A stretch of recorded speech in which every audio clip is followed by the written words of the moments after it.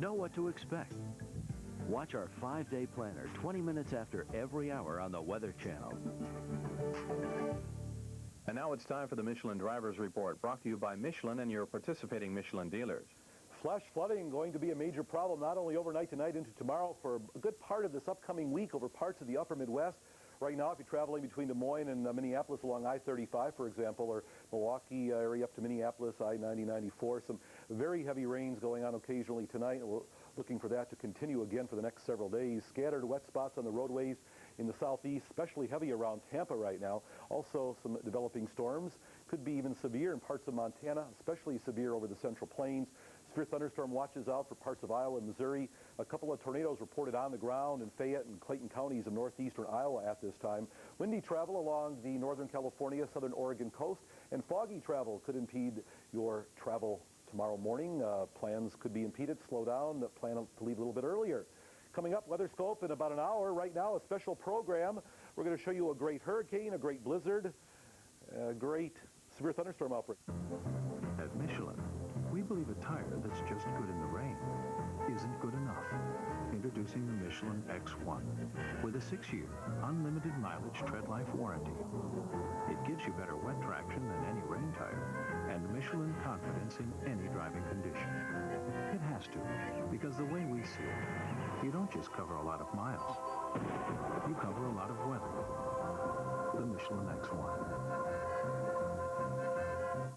Find Michelin tires at this dealer near you, because so much is riding on your tire. Now your local forecast, and stay tuned. A comprehensive report on national weather is just ahead on Weather Scope.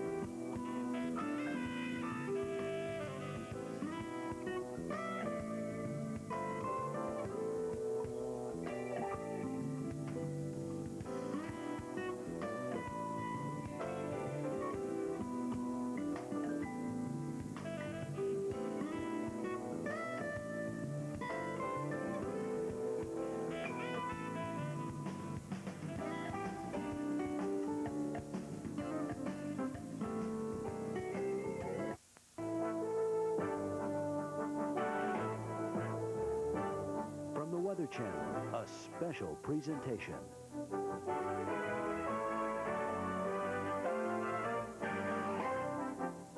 Weather disasters kill hundreds of Americans every year. Property losses reach into the billions. In spite of modern technology, more accurate forecasts, instant communication, the threat of disaster hangs over our lives. Hurricanes, tornadoes, flash floods strike quickly and are gone, leaving us with shattered lives and with a new sense of our own vulnerability. Now, 5 great weather disasters. At the heart of every disaster is the element of surprise. It is disaster's most important weapon. And frequently, the greater the disaster, the greater the surprise. Well, when we saw the skies clouding up, we realized we were in for some kind of a rainstorm. And again, we had no forewarning that it was going to be a torrential rainstorm. So we moved our dinner plans to the inside of the cabin, and then it began to rain. I'd never seen it rain like that before.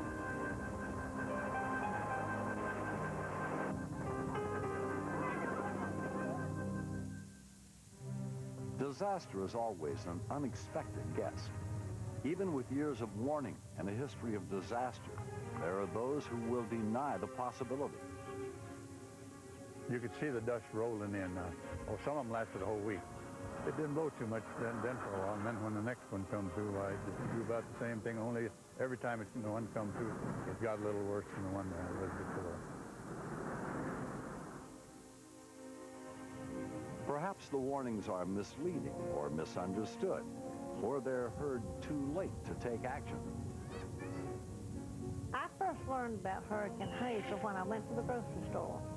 I had noticed that we had been having winds and rain, and that each time we had that, it got worse. But when I went to the grocery store, somebody asked me if I had heard it on the radio that we had a hurricane coming up named Hazel. And I said no.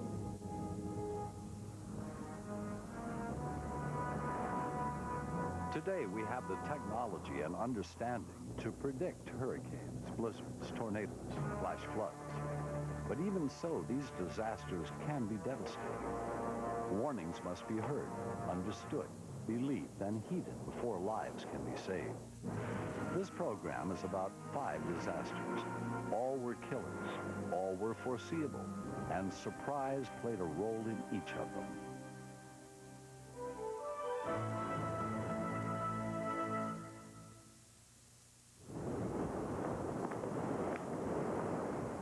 Atlantic hurricanes come in cycles. For decades, there may be very few, or they may all hit the Gulf Coast states. Then there'll be decades of great activity and huge storms, and they may all hit the Atlantic coast. So someone who's lived on the coast for years may have seen only the benign side of the cycle. When the killer side finally shows itself, residents are in for an ugly surprise. Well, during the whole decade of the 50s, we had this cycle where most hurricanes that affected the United States affected somewhere on the East Coast. And this is actually the only decade, you might say, of the whole 20th century where it has been that marked.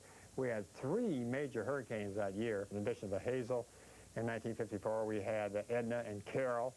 And then in 1955, we had the twin hurricanes there that we hear a lot about, Connie and Diane, that did a lot of flooding in the Carolinas. Well, Hazel was a very devastating storm. We had not really seen anything like it in North Carolina, I don't think, before we had Hurricane Hugo anyway in 1989. And it was very devastating in that it took just about everything off the beaches of North Carolina and even a bit of South Carolina. There was a stretch of 170 miles, for example, where every pier was demolished. And in that same area, just about every beachfront house was destroyed. Hurricane Hazel developed just east of the Windward Islands on October 5th, 1954. It grew in strength and size, moved west and then north, and hit Haiti on the 12th. An estimated 400 to 1,000 people died. Then the storm moved north toward the U.S. mainland with incredible forward speed. On the 14th, Hazel was just east of Miami. By the morning of the 15th, Hazel was hammering North Carolina. It was a Category 4 on the Saffir-Simpson scale. Leila Piggott lived in this house in Southport, North Carolina in 1954, right across the street from the yacht basin. She and her husband had operated shrimp boats and a processing plant in Southport for 13 years. But Mrs. Piggott had never seen a hurricane like Hazel. 40 years later, and still in the same house, she's a much wiser woman today. When I really got really upset about this storm was the night of October the 14th. It just got terrible. It was continuous, and it just got worse and worse. Anyway, I lay in bed. My husband went to sleep. He couldn't have scared less, I think. But I listened to the radio and listened to the bulletins. And this was all new to me. I had never listened to anything like this before. And they frightened me, but I believed them because my house was shaking. It was blowing so terrific. I was awake all night long, pacing the floor, crying, praying, wondering what was going to happen. I really thought maybe we were all going to die. Leela Piggott's own film of Hazel. Her husband went out into the storm to try to save their 5 shrimp boats moored just across the street. Now, why he was taking that chance, I don't know. But he was not the only one. Other owners of boats are doing the same thing. I guess in a case like that, when your whole life is at stake, everything you've worked for all your life is going, you will go the length. But anyway, last time he went, the only building down there, a sea shifted it and caught his foot between a piling and that building. I couldn't see him. I lost sight of him because he was underwater. And of course I died when I couldn't see him. And then all of a sudden I saw him. And he swam and I watched him. He told me what happened. He said, I won't go again. And I said, well, thank God. And he didn't leave me again. As Hazel moved through Southport, the winds shifted. It got to the sterns of all those dozens and dozens of boats. And they went everywhere, in the marsh, up in the woods, over in people's yards, knocking houses down, tearing up cars, anything they hit. It was disastrous. Back in the 50s, a lot of the shrimpers and fishermen at that time, they didn't have a lot of wealth. They didn't have insurance, for example, on their equipment or their boats. And many of them lost their livelihoods with Hurricane Hazel. Many of their boats were wrecked. A lot of the fishing piers, docks, packing houses, and so forth were just completely trashed by the storm surge that swept up the coast. Jay Barnes is director of the North Carolina Aquarium and author of North Carolina's Hurricane. Well, most of the damage was focused on the Brunswick County beaches, where we had, again, about a 17, 18-foot storm surge. And many of those beaches were just completely swept clean. The cottages that were built there, most of them were not built up on pilings like they are today.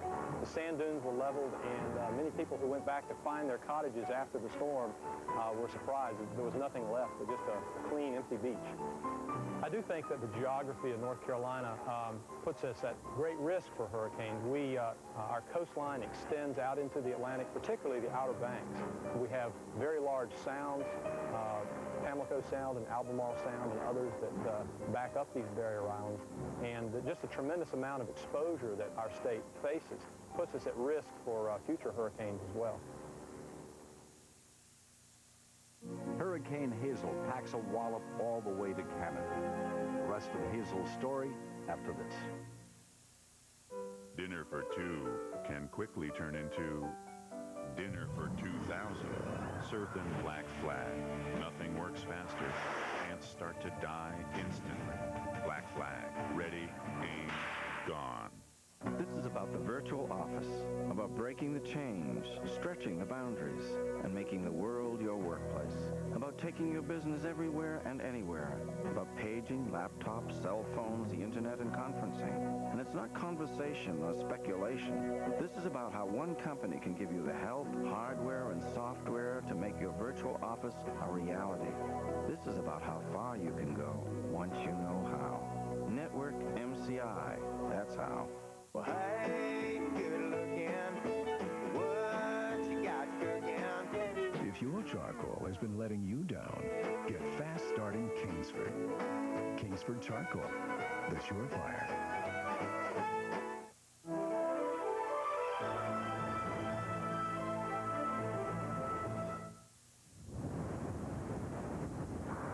Hazel killed 20 people on the Carolina coast. Estimated damage in the Carolinas, $136 million. And the storm would not relent. It raced across North Carolina, struck West Virginia, the western suburbs of Washington, D.C.,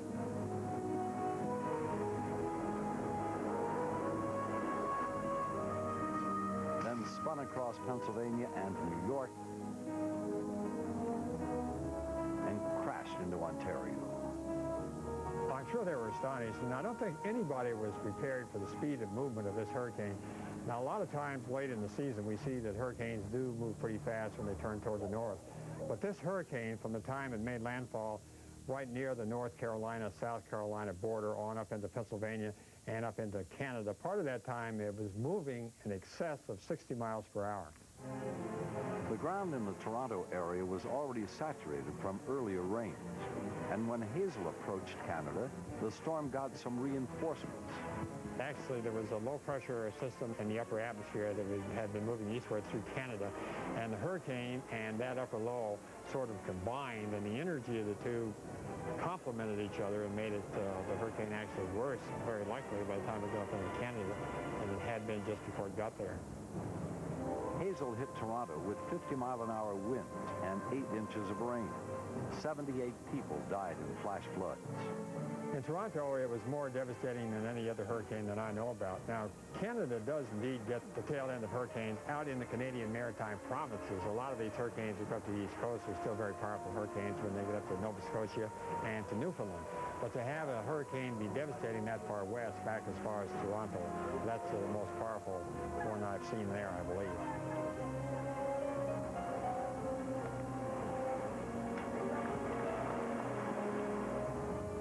Hurricane Hazel was full of surprises. In 24 hours, it went from a Category 2 off the coast of Miami to a Category 4 in North Carolina. It tore through the United States at 60 miles per hour, dumped 10 inches of rain in parts of the Appalachians, and then hit an unsuspecting population in Toronto with the strongest hurricane they're ever likely to experience. In Southport, North Carolina, they're still talking about it. And I really didn't know whether this house was going to stand the storm or not.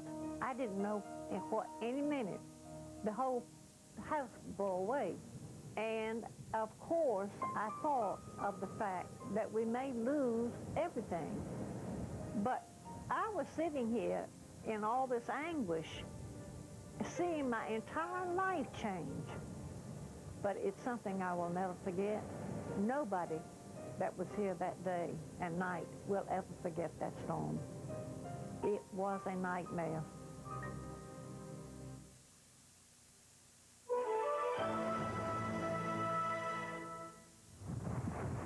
That's a tornado, yeah, Lee. Yeah, it sure is.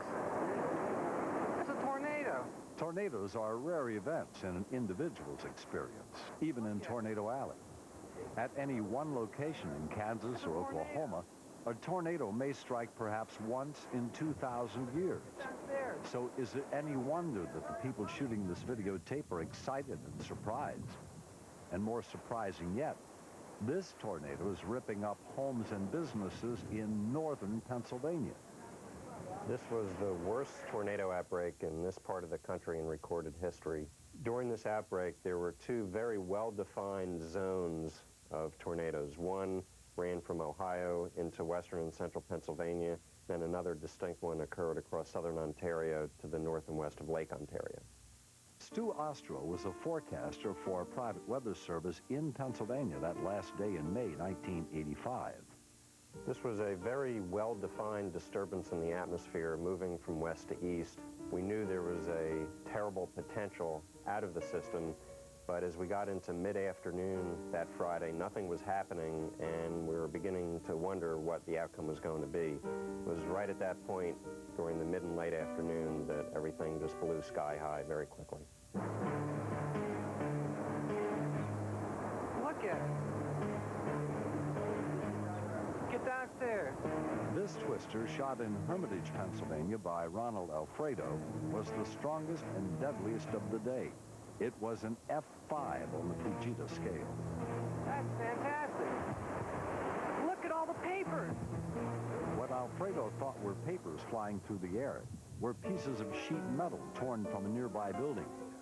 This single tornado stayed on the ground for 47 miles, killed 18 people, and injured another 310. Meanwhile, 9 more of these killers were raging through the eastern Great Lakes region.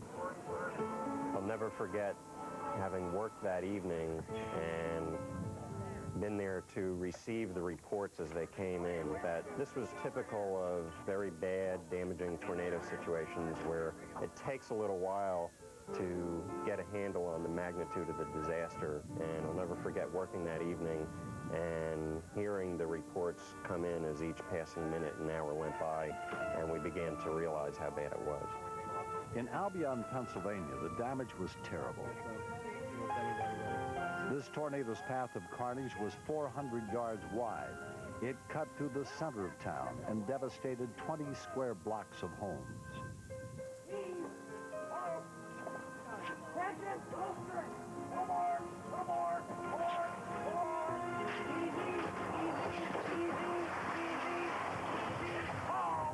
Nine people were killed in Albion. The outbreak lasted about 5 hours. A total of 88 lost their lives. Even though this was before the implementation of the current generation of Doppler weather radars, this was a very well forecast event, and given that the tornadoes were on the ground for quite a long while, very effective warnings were able to be issued for communities in their paths. But an F5 tornado is a killer. It destroys everything in its path. Unless you're underground when it hits, you are not likely to survive. That something in nature can be that devastating, that's the element of surprise in this disaster. I think overall, the folks in the plain states are probably better prepared to deal with a situation like this. But still, if there's an F4 tornado or F5 tornado heading through your house, you better have a plan of action and do it very quickly. The third of our 5 great weather disasters, coming up after this. WeatherScope, it's all the weather you want. Every 30 minutes, on the hour and half hour, on the Weather Channel. Environmental pollution, ultraviolet rays, acid rain. They'll destroy your car if you let them. Introducing Autofoam with Foamlin A. Created by Blue Coral, Foamlin A is the ultimate transparent non-stick barrier, and only Autofoam has it. Look, Autofoam fills in nicks and scratches in your car's finish, providing a high gloss shine that protects against environmental pollution, ultraviolet rays, even acid rain. But wait, there's also Autofoam Ultra Car Wash. It actually forms a protective layer of Foamlin A every time you wash. And that's not all. Introducing Autofoam Ultra Wheel Care. Remove brake dust, grease, and stains on contact. Get Autofoam Liquid Sealant, Ultra Car Wash, and Ultra Wheel Care. Now just $19.95. Bring out the shine in no time with Autofoam by Blue Coral. Have your credit card ready and call 1-800-905-2929. Or send $19.95 plus $5.95 shipping to Autofoam, P.O. Box 2978, Framingham, Massachusetts.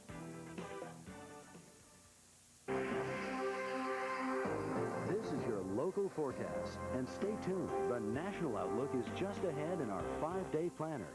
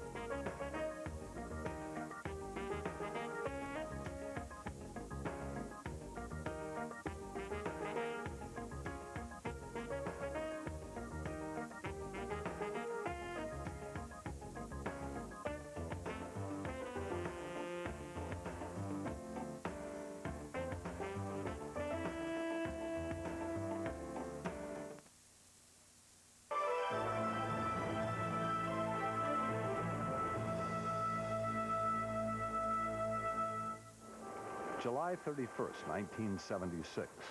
The rain began at 6:30 p.m. 12 inches fell before midnight. The rain ran down the steep granite sides of the canyon into the riverbed below. In minutes, it created one of the worst flash flood disasters in modern U.S. history. The Big Thompson River cuts a deep, twisting, narrow gash through the front range of the Rocky Mountains, Big Thompson Canyon.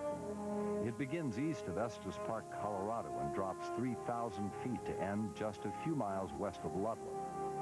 It's about 35 miles of wild and rugged beauty, some of it so steep and narrow as to be uninhabitable. It was summer, tourist season.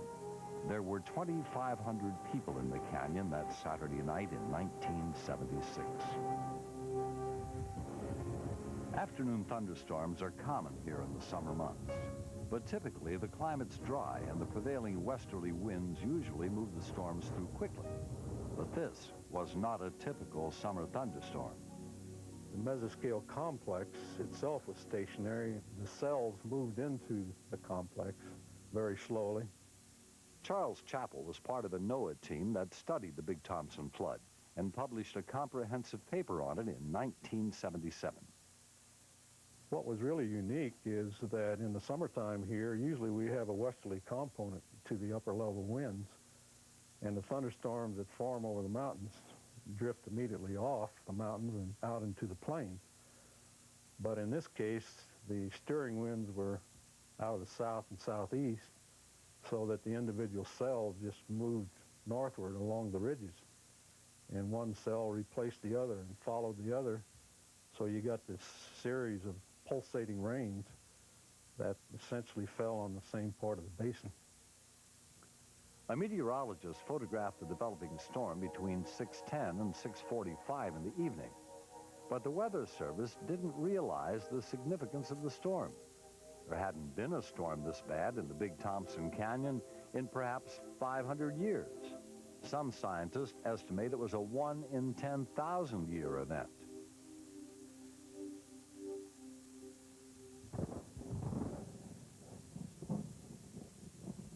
Deborah Watt's family planned to spend the weekend of July 31st at a relative's cabin in Big Thompson Canyon. They loved the cabin, a cozy A-frame nestled on the bank of the Big Thompson River. Husband Gary could relax and fish with 3-year-old Aaron and 7-year-old Cindy. Deborah could recuperate from the birth of their 3-week-old son, Sean. Deborah has written a book about her experience in the flood.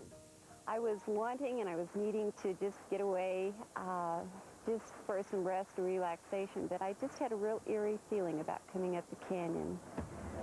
It was kind of a fearful feeling that I had, like something was going to happen. Didn't know what, but it was just very uncomfortable for me.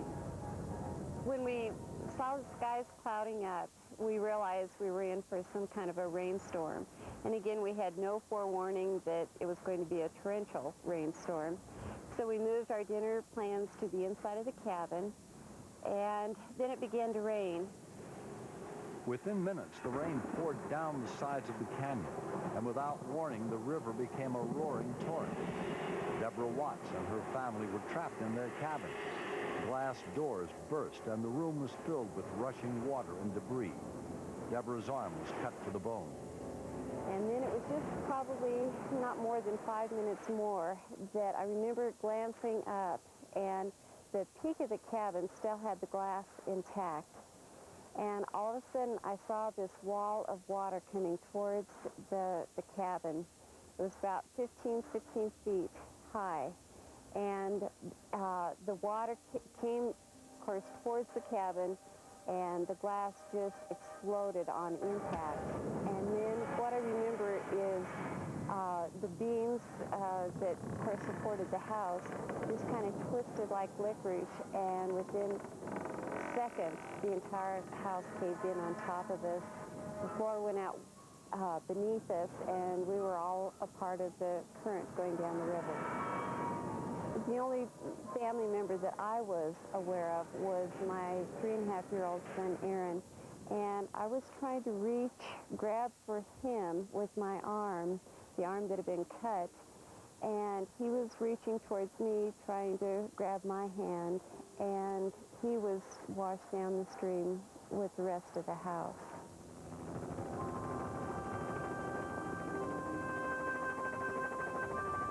Rescuers couldn't get into the canyon till the next morning. Deborah spent the rest of the night clinging to the side of the mountain, cold, soaked, bleeding, and in shock, the longest night of her life. Helicopters flew in and out of the canyon for 3 days. Hundreds of people were evacuated.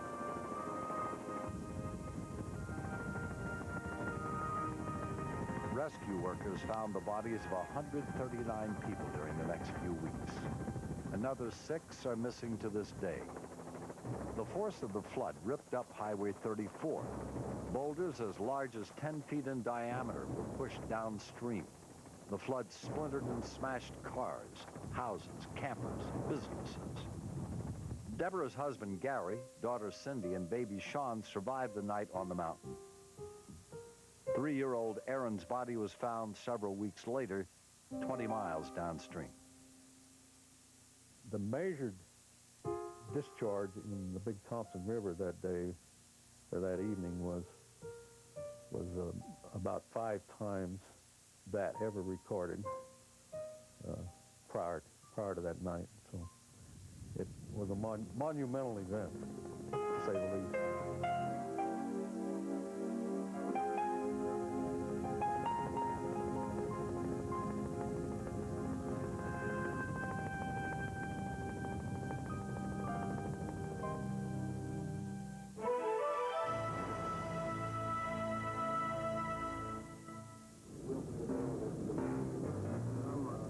It was just white everywhere. That's the most snow I've ever seen. I was 14 at the time, and that was the longest days that we'd gone without having school, you know, because they couldn't remove the snow. They just couldn't get the snow out of there. It just snowed for 2 days straight, and it was just incredible. I mean, it literally snowed for 48 hours, and it just kept coming and coming. All the forecasts were like, well, it'll taper off this afternoon. It didn't. It went into the night. Then it went overnight, then it went the next morning. And it seems like I just never stopped shoveling. I made a small fortune during the blizzard of '78. The Weather Channel's Jim Cantori was raised in Vermont. He had 2 occupations in the winter of 1978, shoveling snow and baseball cards. The proceeds from his shoveling enterprise during the blizzard bought the whole 1978 Yankee team. You know, you're talking snowfall rates of 2 to 3 inches an hour. And to see snow pile up that quickly and to catch people off guard was pretty amazing. And one of the things I can recall about this storm is it was very predictable. It was one of the few times that the computer guidance spelled it out. I was working at American Airlines as a flight forecaster in February of 1978, and we had just gotten hit with a pretty bad storm in January. It was about a foot of snow at LaGuardia Airport where I was. Well, one of the things about this storm was we had a computer model that was really head and shoulders above anything previous to it. It was called the LFM. It started in, I think, the early 70s. I cannot remember a major nor'east blizzard in that part of the country that had been forecast accurately by any computer forecast, really nailed. This was the first time that the computer forecast, the LFM, really anticipated just about what happened ahead of time. What happened was a snowstorm of enormous proportions. It shut down New York, Boston, Providence, Baltimore, and the rest of New England. It was an old-fashioned nor'easter. This actually turned into a storm east of Florida and Georgia. It was never really over land. I can remember that the low center was always over the water, so it had a lot in common with a hurricane in that it was getting its energy from the water. It was over the Gulf Stream. The Atlantic, the warm waters of the subtropical Atlantic and the Gulf Stream are really what gave it its fuel. So I happen to be forecasting, and I'm looking at all this information, and I'm telling the dispatchers and the pilots and whoever needed my information, this looks like a snowstorm, and quite a big one, and there's no variation. I mean, the computer every run keeps saying, we're going to get hit. So what they did was they got all the planes out of LaGuardia and Kennedy, and even Newark. They just got all the airplanes out of New York City because they know they'd be stuck when this thing came in. And it worked. Now, as far as the general population goes around New York City, they got tricked because the storm in January was not forecast all that well, and they were afraid the forecasters were just crying wolf. So Monday morning rush hour came around, everybody got to work, and a lot of them couldn't get home. The blizzard of '78 cost an estimated $500 million. Authorities say the storm killed 75 people. Snowfall totals throughout the area were staggering. The brightest white areas on this map received 20 inches or more, some as much as 40. And forecasters saw it coming 48 hours ahead of time. And it was right there for everyone to read. But the believability factor, because people were pretty skeptical about believing that type of snowstorm back then, it wasn't there, and I think that's why it caught a lot of people off guard. Even a decade-long disaster can catch us off guard. The Dust Bowl is next after this. The Subaru Legacy has the traction to turn a winter storm into a day at the beach. And a day at the beach, well, Subaru all-wheel drive is the ultimate safety feature. It reacts instantly, transferring power automatically from the wheels that slip to the wheels that grip. So all you have to do is enjoy the drive. The all-season, all-fun, all-wheel drive Subaru Legacy. The beauty of all-wheel drive. Visit your nearest Subaru dealer today to experience the beauty of all-wheel drive. There's you, the guy you married, and your 2.3 kids. You've got good reasons to use deodorant soaps. Now we've got a better reason not to. New Zest Body Wash. See, deodorant soaps can be too drying, but new Clear Blue Zest Body Wash is a skin conditioning gel that rinses cleaner than deodorant soaps. So the big guy's refreshed, the kids are clean, and you're real smooth. Clearly, new Zest Body Wash gives everybody cleaner, smoother skin. Well, almost. Crispix for me? Thank you. Elizabeth says Crispix won't get soggy and melt. We'll see. Starts off crispy. So far, you're right, Elizabeth, but still crispy. Okay, but reality will soon set in. Kellogg's Crispix cereal. Delicious corn and rice that stays crispy to the end. Last bite, gonna be mushy, soggy.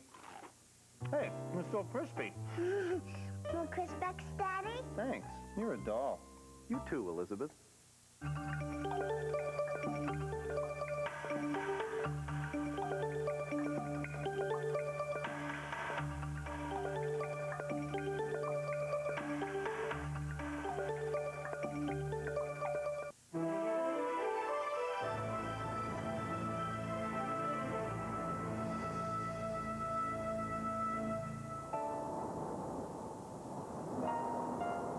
These people were victims of the Great Dust Bowl of the 1930s. They'd come to the southern high plains looking for quick profits from the land. They were defeated by drought, wind, greed, and the ignorance of their times. The Dust Bowl was a disaster that did not rush down a mountainside or wash in suddenly from the sea. It crept in slowly like a cat stalking its prey. It was 35 years in the making, and even so, it caught its victims by surprise. The history of the Western High Plains can tell us a lot about the causes of the Dust Bowl. It is filled with similar defeats. The first known agriculture on this huge, high, hot plateau began about 1200 AD. Archaeologists call it the Panhandle aspect. These people created a sophisticated culture. They painted pictures, made pottery, quarried flint for tools, and they were accomplished farmers. They disappeared about 1450. We don't know whether they were routed by hostile tribes or a hostile climate, but we do know that they suffered one drought that lasted 24 years. The fate of the Panhandle aspect established a pattern of life on the plains. The Western High Plains lay deep in the North American continent, cut off from Pacific moisture by mountains to the west, from Atlantic moisture by the great expanse of land to the east, and often cut off from Gulf moisture by prevailing westerly winds. Throughout this area, only 10 to 20 inches of rainfall in a normal year. Windy, treeless, the summers are hot, the winters cold. Climatologists call the climate semi-arid. Some observers in the 19th century called it the Great American Desert. But in 1865, the buffalo still thrived on the Western High Plains, and Eastern businessmen found a market for their hides. Buffalo hunters wiped out the buffalo. The United States Army wiped out the Indians. The whole process, the defeat of the Indians and the slaughter of the buffalo, took only about 10 years. By 1875, the buffalo were gone, and the high plains had become cattle country. It was fashionable among wealthy Europeans to own an American ranch. With the labor and the cattle cheap, the grass free, there was no way you could lose. The profit seemed to be automatic and enormous. Dr. Frederick Rathjen is a historian with the Panhandle Plains Museum in Canyon, Texas. He's lived in the Texas Panhandle all of his life. Well, as it turned out, of course, these people knew nothing about the environment in which they were dealing, and there were lots of ways you could lose. Severe drought, severe winter, and as in the middle 80s, when those things came together, the impact upon the ranching industry was just devastation. Losses in some cases were as high as 80%. In 1885, the cattleman's honeymoon ended. Drought hit hard. Prairie fires burned the dry grasslands, and the whole herds with them. In 1888, the rains began again, and with it a tide of homesteaders with high hopes of farming, and once again, no knowledge of this fickle climate. In 1890, a 5-year drought started. The homesteaders picked up stakes and fled back east. 1896, and the rains came back. Land speculators convinced thousands of Midwestern farmers that the promised land lay in the high plains. Rain follows the plow was the current theory, and they plowed millions of acres of native grasses. They believed the climate had changed, and they bet their lives and their fortunes on it. It was the beginning of the great plow-up. And there is just a certain strange historic coincidence here that generally speaking, as the first agricultural settlement became pretty significant, the rains came. Well, if the rains come, you do well. That bit of luck, and I'm not sure it was good luck, but in any case, luck certainly did mislead a lot of people into thinking that this was a permanent condition. And of course, now we know very well that periods of ample rainfall or even abundant rainfall are followed by periods when the precipitation just isn't adequate. That's simply in the nature of a subhuman environment, wherever it is found. There are some theories that are on the table that the sun goes through like 11 and 22-year solar cycle activity. And since that's where most of the globe or the Earth's weather is driven from the star that's 93 million miles away, the sun, if there are any blemishes or anything that's going on with the sun, that could have an impact on the global weather pattern back here on Earth. So there are theories on the table that do describe periods of drought or extended periods of dry weather may be associated with those solar cycles of 11 and 22 years. The next major drought wasn't until 1910. It brought the first of the dust storms, just a taste of things to come. Once again, farmers struggled and some were ready to give up, but the drought ended, ironically, in 1914.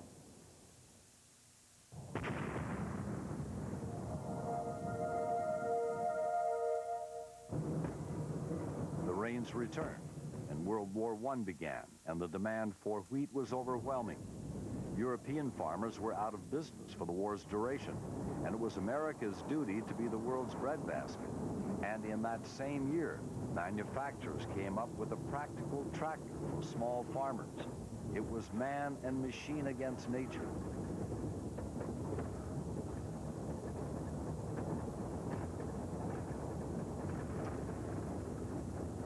Farmers bought more land and the latest equipment on credit. They plowed, planted every acre of available land, sowed the seeds of the Dust Bowl.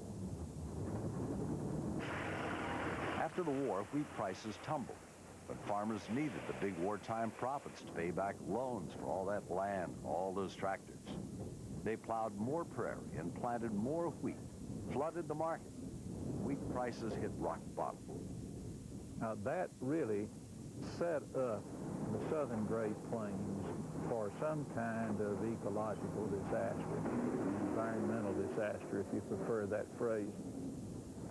much of the promotion of the country, I should go back and say, was honest. It was not all hype, but much of it was.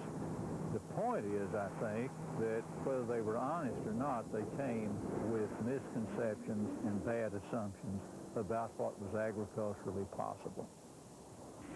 Those things, combined with the demands of World War I and then the conditions of the 1920s, set agriculture in the Southern Plains up for some kind of a death blow.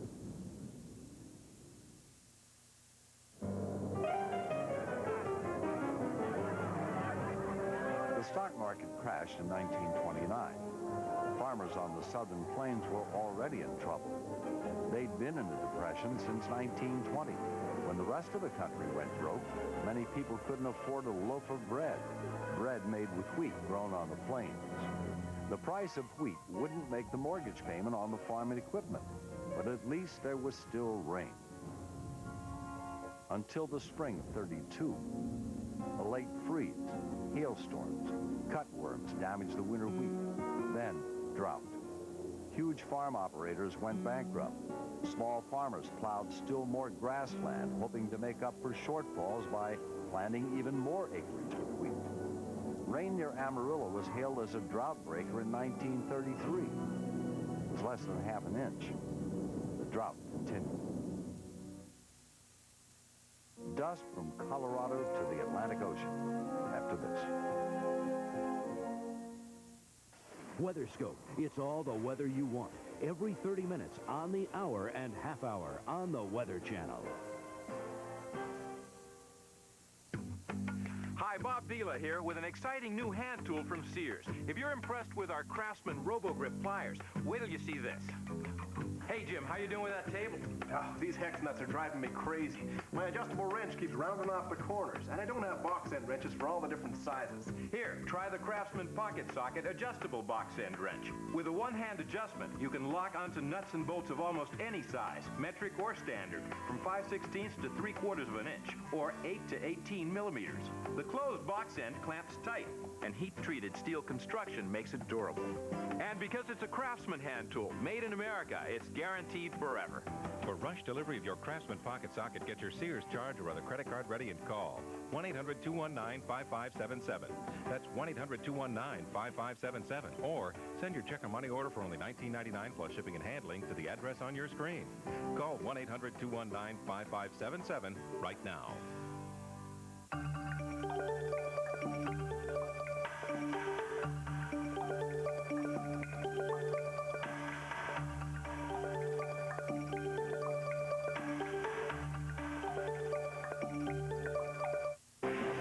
This is your local forecast. Information you can plan on, because now we show it on the 8s of every hour. Local on the 8s on the Weather Channel.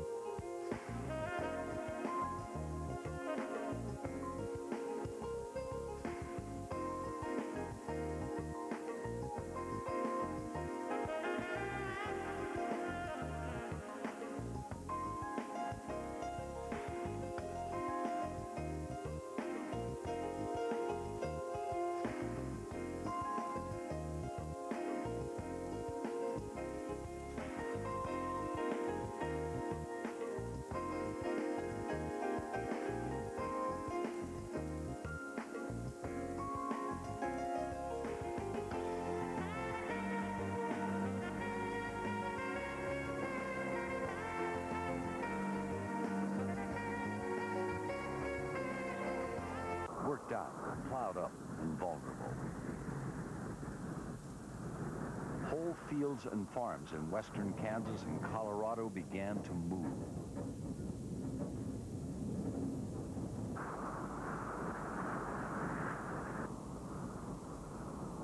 The black rolling dust cloud was thousands of feet high and stretched as far as the eye could see.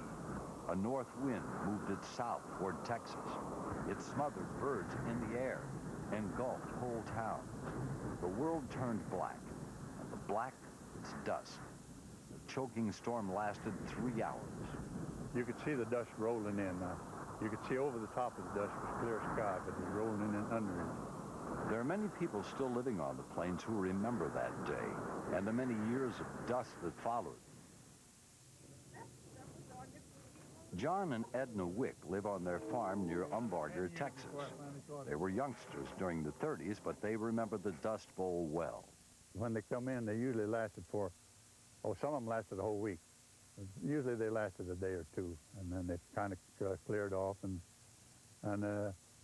it didn't blow too much then for a while. And then when the next one come through, I just do about the same thing, only every time one come through, it got a little worse than the one that it was before. Most of the time you just didn't go outside more than you had to because you couldn't stand it. The drought continued. May 10th, 1934. This time the wind was from the west, Colorado and northwestern Kansas. The dust cloud rushed east with a top forward speed of 100 miles an hour. Within hours, the dust filled the air in Chicago. In the Midwest, the dust was so thick airplanes were grounded. 2 days later, the dust reached the East Coast and shut out the sun for 5 hours in New York and Washington. The storm swept 350 million tons of topsoil from eastern Colorado to the Atlantic Ocean. Millions of acres of farmland were destroyed. People thought the world was coming to an end, and for some, it was. Drought continued. Basically, the weather pattern that sets up in the summertime months probably best represent what's going on that may establish a drought for a long period of time. And that's a big dome of high pressure, downward motion, which is not conducive for development of clouds and eventually precipitation. The Earth's atmosphere works on a cycle, the water cycle. Evaporation from what's on the ground up into the atmosphere. That condenses in the clouds and eventually forms precipitation, comes back down towards Earth. Well, if you take out any one of those ingredients, then you've started the cycle of a dry pattern. So it kind of perpetuates itself. If you have hot, dry weather, any vegetation that might lead to bring some of that moisture back up into the atmosphere, if that's absent, then you end up kind of cutting off a little bit of the water cycle there. Then because you don't have precipitation, the plant life, the vegetation continues to disappear, and eventually you don't have anything to put up into the air, and you don't have anything coming out of the air from the clouds. So the end result is you kind of perpetuate the system once it gets started. But this drought was different. The suffocating dust storms were something new to the plains. The difference was the plow. The only one that was used at first was the disc plow, the one-way plow, because with the old disc plow, it just powdered the top of that ground to where it just blow every time a little breeze come up, it'd start blowing, and of course, the stronger the wind got, the higher it blew. And then after they decided that wasn't going to work anymore, they invented the chisel plow, and it's the plow with the shanks on it and chisels that rips the bottom of the soil loose and throws the clods up on top to keep the sand from sifting across there. The chisel plow was called the plow that saved the plains. As part of the New Deal, the federal government paid farmers from 20 to 40 cents an acre to chisel their land. But that wasn't until 1936. While the farmers fought the dust outside, their wives fought it in the farmhouses. Edna Wick remembers her stepmother's suffering. See, we lived in an adobe house at that time, but I felt so sorry for her in the Dust Bowl days when this dirt would come rolling in, and you would not believe the silt that was collected on the windows and then on the floors. The silt would come in under and through the door frame. Pop would bring my dad would bring a grain scoop in, and we would try to sweep this up. Oh, it was horrible. Oh, Lord, why don't send us some rain? And I know, you know, everybody was praying for rain, but I guess it just had to get this storm out of the system. But it would go on for, it seemed like years and years.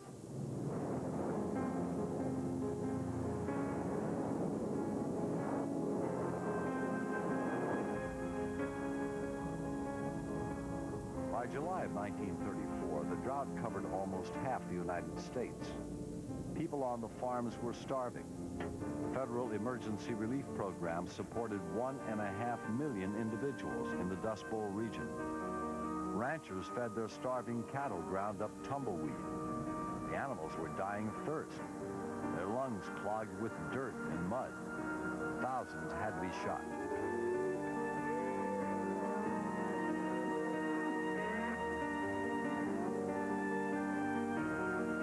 The drought continued. People got dust pneumonia and other respiratory diseases, corneal ulcers and eye infections. Even the tumbleweed and the jackrabbits died. Dust blew for 30 consecutive days at Amarillo.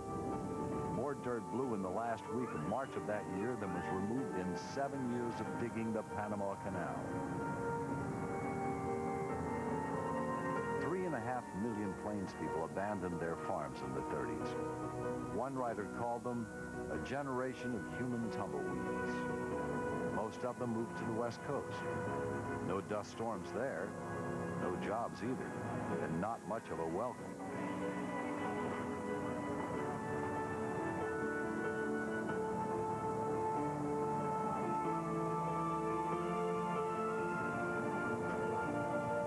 But some plainsmen figured out how to beat the dust and the drought.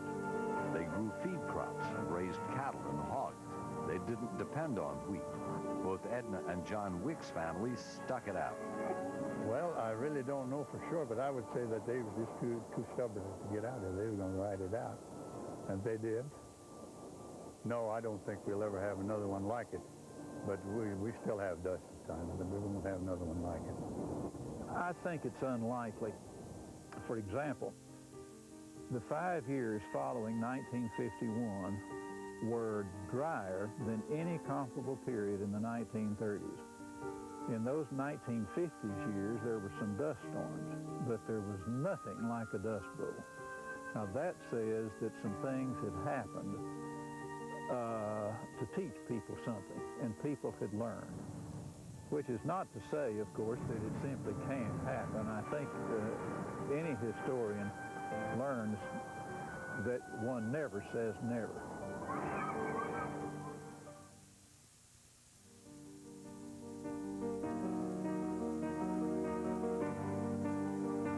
Five great weather disasters: a hurricane, a tornado outbreak, a flash flood, a blizzard, and a drought. All were foreseeable, yet all contained the element of surprise. No one chooses to be the victim of a disaster. No one believes he will be. Perhaps we think we can ride out the hurricane, outrun the tornado, swim through the flash flood, or if we destroy the land, just move on to another. Maybe the biggest surprise in the disaster is our own vulnerability.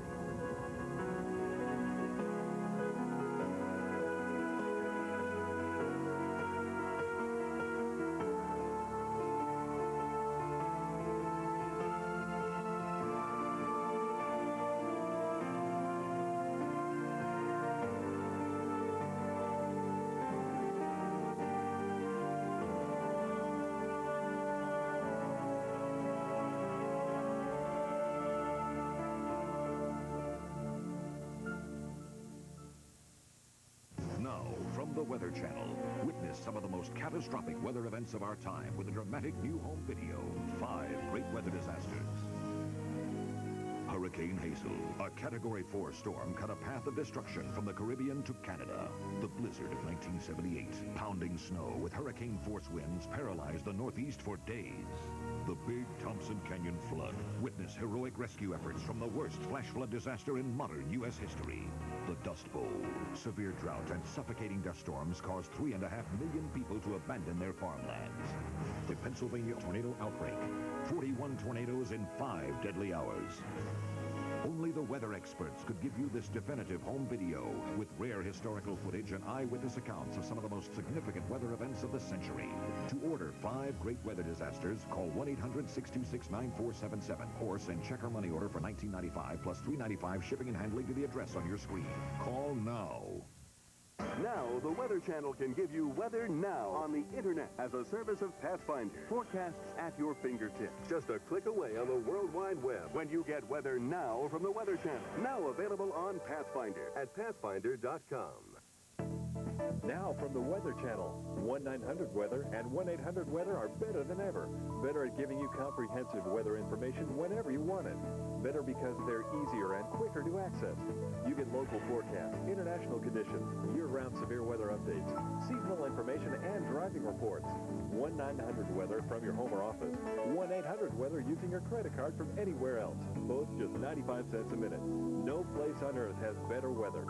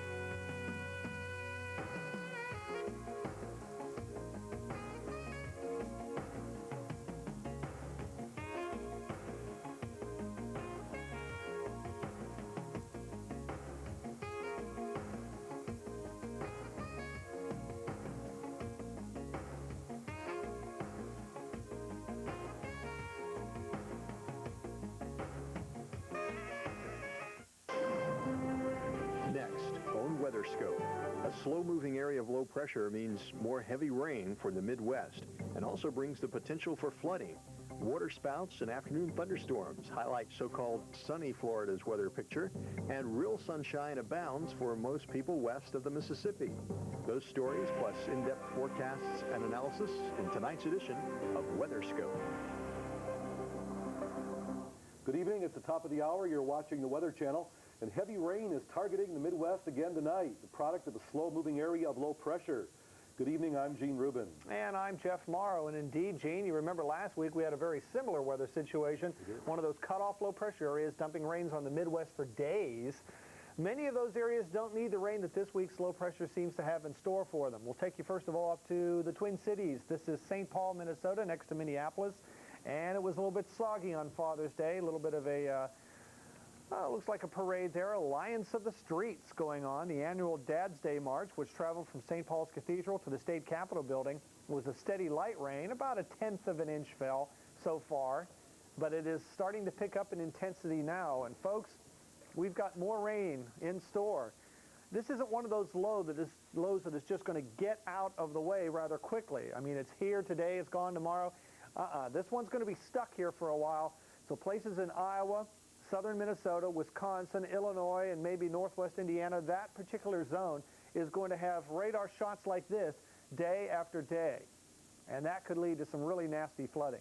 Right now, there are some severe weather watches out. We'll talk about the severe thunderstorms in Montana in about a couple of minutes. But I want to hone in on this area right here near Kansas City, Missouri, and also back into eastern Kansas and southern Iowa. Again, this area getting hit very hard. There's some of the rain around Minneapolis I was talking about. No thunder and lightning here.